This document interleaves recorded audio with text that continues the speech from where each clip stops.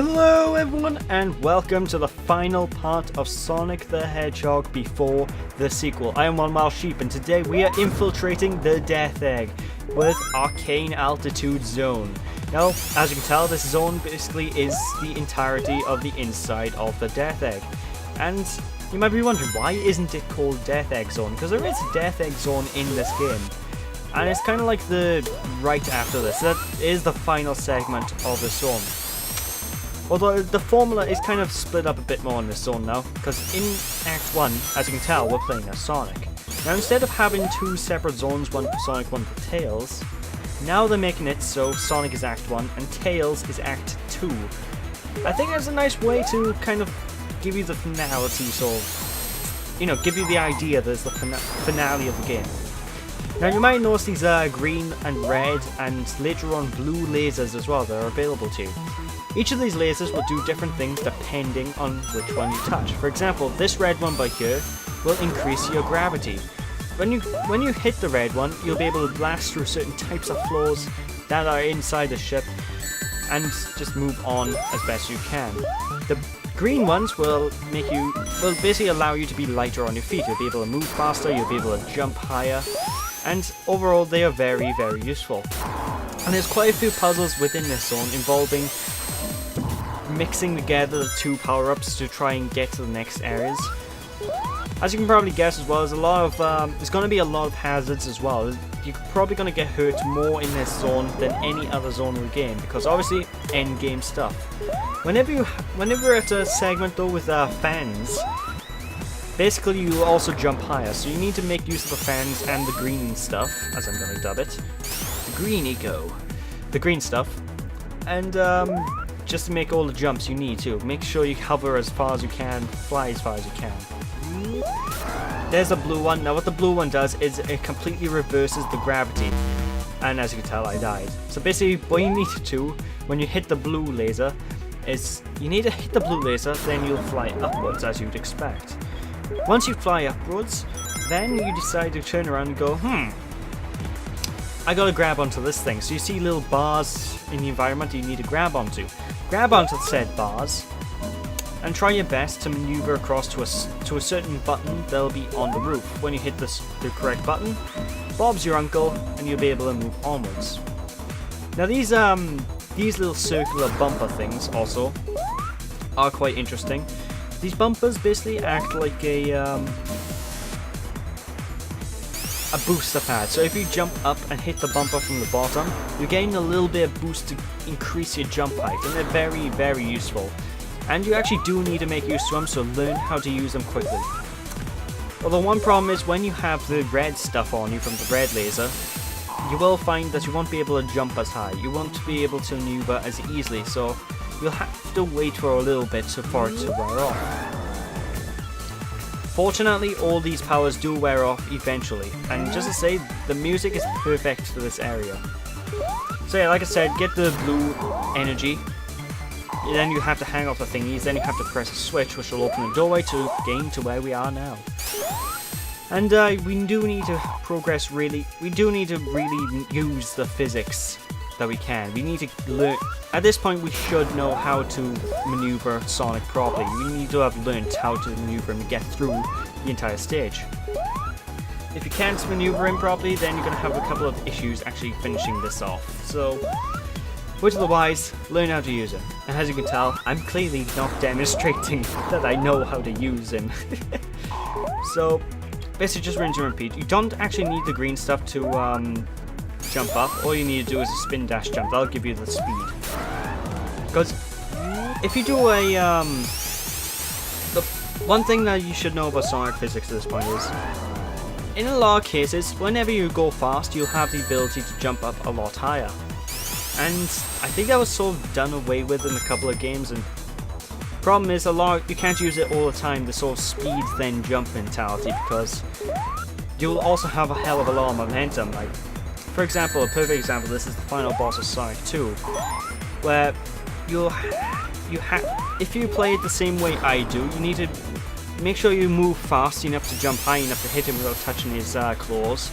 But you have to make sure you don't jump too fast, so that you jump directly into the cores before you can gain the height. It's kind of like a balancing mechanic with that. But as you would expect, this is the final zone of the game. It's going to be the longest zone in the game. And every single thing after this point, I basically consider it one zone. Death Egg Zone, I consider it the same zone as this, because ultimately it is the same. That's all I gotta say. I'm having a bit of issues with you, because when you hold right, when you're holding these specific pod things, what you will find is momentum will still increase because you're holding right. And you see me get thrown off sometimes because I'll jump and I'll just get sent flying in a different direction that I don't want to be sent in. And that's one of the major problems with these monkey bars. So don't hold down right, just tap right when you want to jump. That's the only thing I can tell you, because otherwise you're going to go flying, you're going to go into the electric, and it's going to be really painful. And you need to learn how to use these things, because as you can tell, they are mandatory. This gimmick is a mandatory gimmick. Now, as you can tell, there's a couple of platforms as well that also offer anti-gravity effects. If you jump on these platforms with the anti-gravity effects, you'll be able to maneuver, but unfortunately, I was too slow, so my blue energy wore off, which means I need to redo the entire segment faster to open up the doorway. And you'll see things like this throughout the entire zone. They are very annoying, but Bob's your uncle. We're almost at the end of the game, folks. No need to worry too much more. So there we go. Open the doorway and there's Act 1 cleared. 4.5 minutes, like I said, longest zone in the entire game. And now next act is playing as Tails. And Tails, well, you might have been relying quite a bit on Tails' flying ability at this point, and yet you can still use Tails' flying ability, don't worry about that. But it's a lot more difficult to use. Because Tails is worn out now after all of the Sky Sanctuary-ish stuff that we went through earlier, now you have no chance. You will not be able to fly. You can try, but you won't have any control whatsoever. You'll be going all over the bloody place. So what you want to do is basically ignore the fact you can fly if you can, and use it on rare occasions when you feel like you really need to fly, because otherwise you might have a couple of issues. You will, because you'll see me try and fly later on, because what basically happens is you sort of jitter left and right, and you'll move in one direction regardless of what direction you're pushing on the controller, so it takes a bit of getting used to. Anyway, but yeah, you want to jump on these lasers and simply jump up to the other planets. And this is me getting stuck on the ceiling, because like I said, you can't control the flying anymore. He's just lost it. He's lost his minute, man. I don't know if it's because he's tired or because of whatever, I don't know. But you'll also see electricity traps as well that have just been spawned into the game. Now these electricity traps act like electricity, you just need to wait for them to spark and then spin dash underneath. And that's all there is to it. They're very simple. Think of them like crushers, but a little bit less deadly than the crusher. Seriously, I hate crushers. You don't need to jump into the explodey bits either when you have red stuff on you. All you need to do is simply walk into it and it'll just spontaneously combust. So I won't worry too much about stuff like that. Here I'm stuck on the ceiling again, so yeah, try not to fly whenever possible. It's more of an agitation than anything else, and it won't be helping. Although I still don't know what happened there. But yeah, like I said, those electricity things spin dash at the right time. And, oh Christ, I did it again. I have a bad tendency when I'm playing as Tails to abuse the flight whenever possible, so yeah. If you play like me, you'll find this act way too frustrating compared to everything else in the game. And it is. This is the most frustrating and tedious level in the game. Although there I did have to fly, so there's an example of where you want to fly even though it's broken beyond belief. I think Tails' act is a little bit shorter than Sonic's, so there we go. This Tails' act over and done with. And you might think now, oh, so we're going into the boss now. No, notice how this says Act 2, and we didn't get a special ring. We ain't going to a boss yet. Instead, we're going to Death Egg Zone Act 1. And if anyone recognizes the music, this is a remade version of the Sonic 2 Death Egg Zone theme. Some of you that played Sonic 2 probably never even heard the entirety of the Death Egg Zone theme, because the only instance in Sonic 2 where you can hear that theme is a cavern, is a passageway right before you go to fight Silver Sonic, and ultimately I don't think most people care about fighting Silver Sonic. Although, I don't know why I went for this one-up, because I really don't need it. I think I just had a bit of a klepto moment. I was like, no, I gotta get all the items. And this is why I'm glad Sonic isn't a collectathon. I'm nuts over that. I'd love a Sonic collectathon actually, but I know a lot of people probably would hate it, so that's not likely to happen. But yeah, I don't know what to think about this this remix of Death Egg Zone, because it doesn't sound... I don't like the way this one sounds so much. I mean, it's really ominous and foreboding, which really suits the level, but something about it really... I don't know, I think it's the instruments they used. Or... yeah, I think it's the instruments they used, that's what I don't like. But as you can see, there's also a lot of places where you can fall down, which means you have to redo all the platforming you did earlier. And this is one of those instances where I prefer a bottomless pit, because then I'd be like, okay, so now I don't have to redo the platforming, because I just died. Sega, well, it's not Sega that made this, but... I can't believe I'm praising the use of bottomless pits right now. Whenever I get to an LP that has loads of bottomless pits, like Sonic Advance 2, I'm not looking forward to that. I'm going to be complaining non-stop about them. Hey, I'm a Sonic fan, you can't please us. You can try, but you can't. I mean, we're the guys that won... well, some of us won by Sonic 4 because he had green eyes, which I still think is stupid, by the way. But anyway, this act... well, it's the only act of Death Egg Zone complete. Now it's time to take on the first of the two bosses of the game. Well, final two bosses, yeah.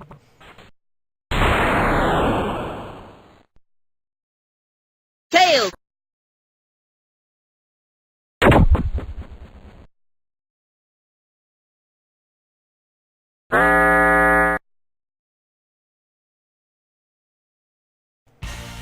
So it's time to take on the big cheese Dr. Eggman himself. Now Dr. Eggman is a very basic pattern for this fight. He's got basically this mech that shoots lasers. Whenever he sparks up with electricity, you cannot hurt him, so do not try to jump into him, you'll just lose rings. When he goes to the left hand side of the screen, simply go to the right side and duck, which will allow you to dodge all of his needles. Which, trust me, those needles are devastating if they hit. Before he goes to do each attack, he will flash red slightly, which will give you an indication on when would be a good time to jump out of the way or hit him if you can. You will see him go from the top right of the screen to the left of the screen to the right of the screen, and rinse and repeat that tactic over and over again. This is a very easy boss fight, very simple to get a hold of. He's not too big a deal. I did die a couple of times before I knew his pattern, because I was still learning how does this boss work, how do I manage him, but overall, he's very, very easy. But the music and the background, I love the music of this fight. It's very perfect for like a penultimate boss, because this isn't the final boss. There is one more after this, folks, and we're going to see it not long. And I love the little imagery of like the Death Egg breaking apart from its rockets and going into the out of the atmosphere in the background as well. Really, it's like one of those perfect sort of, oh my god, we're at the end sort of moments. I like it.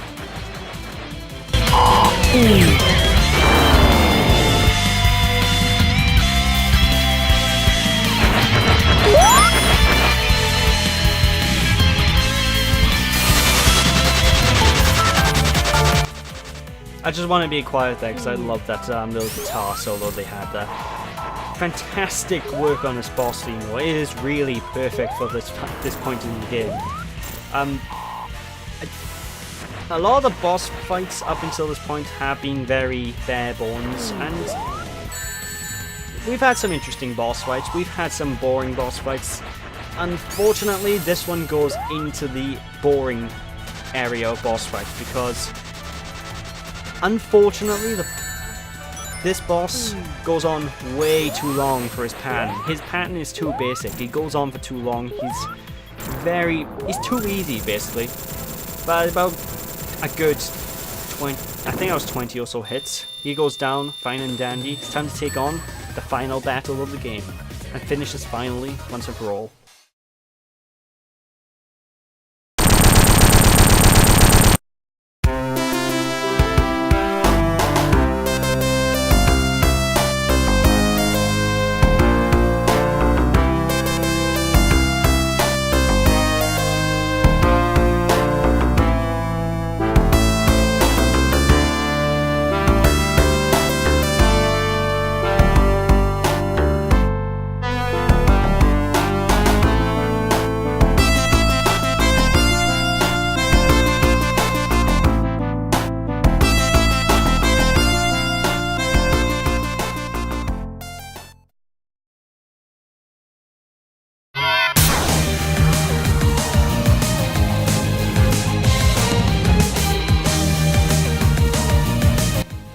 How lucky were we that the final Chaos Emerald just happened to float on by. Now this version of this theme song, this final boss music is glorious, and what do you need to do? Basically, supersonic control is simply with the D-pad. You don't push any buttons, you just move. That's all you do. And what you need to do is basically time the best times to hit him, dodge his lasers, keep your rings up, and just ram into him as quick as possible, do as much damage as you can. Keep collecting rings. You start off with 50 rings, as you can tell in this boss fight, but Supersonic only lasts for how many rings you have. You lose 1 ring a second. If your rings hit 0, you die. So keep collecting as many rings as you can.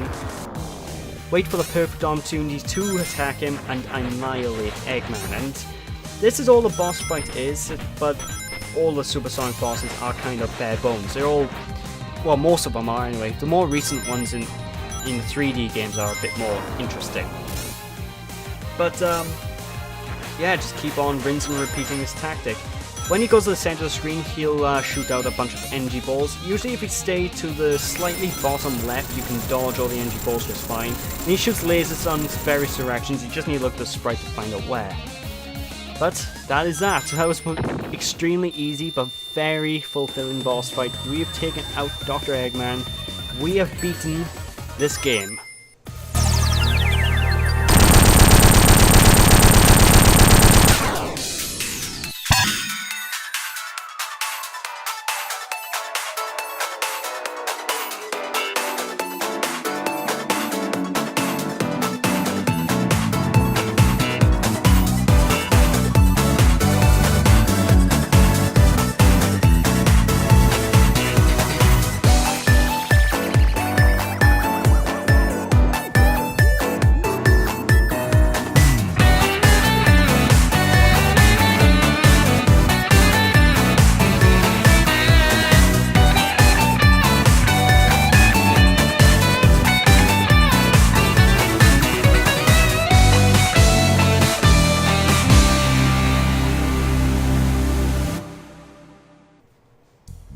And there we go, that is the end of the game. We have cleared it, folks. And as you've seen, it went directly into Sonic the Hedgehog 2, which we will be taking on another time. For now though, we're just going to sit here, I'm going to say what I think about this, and I'll catch you all around. So, basically, yeah, this is a fan game, very well made as well. If you want to play this, I'll have a link in the description of the video.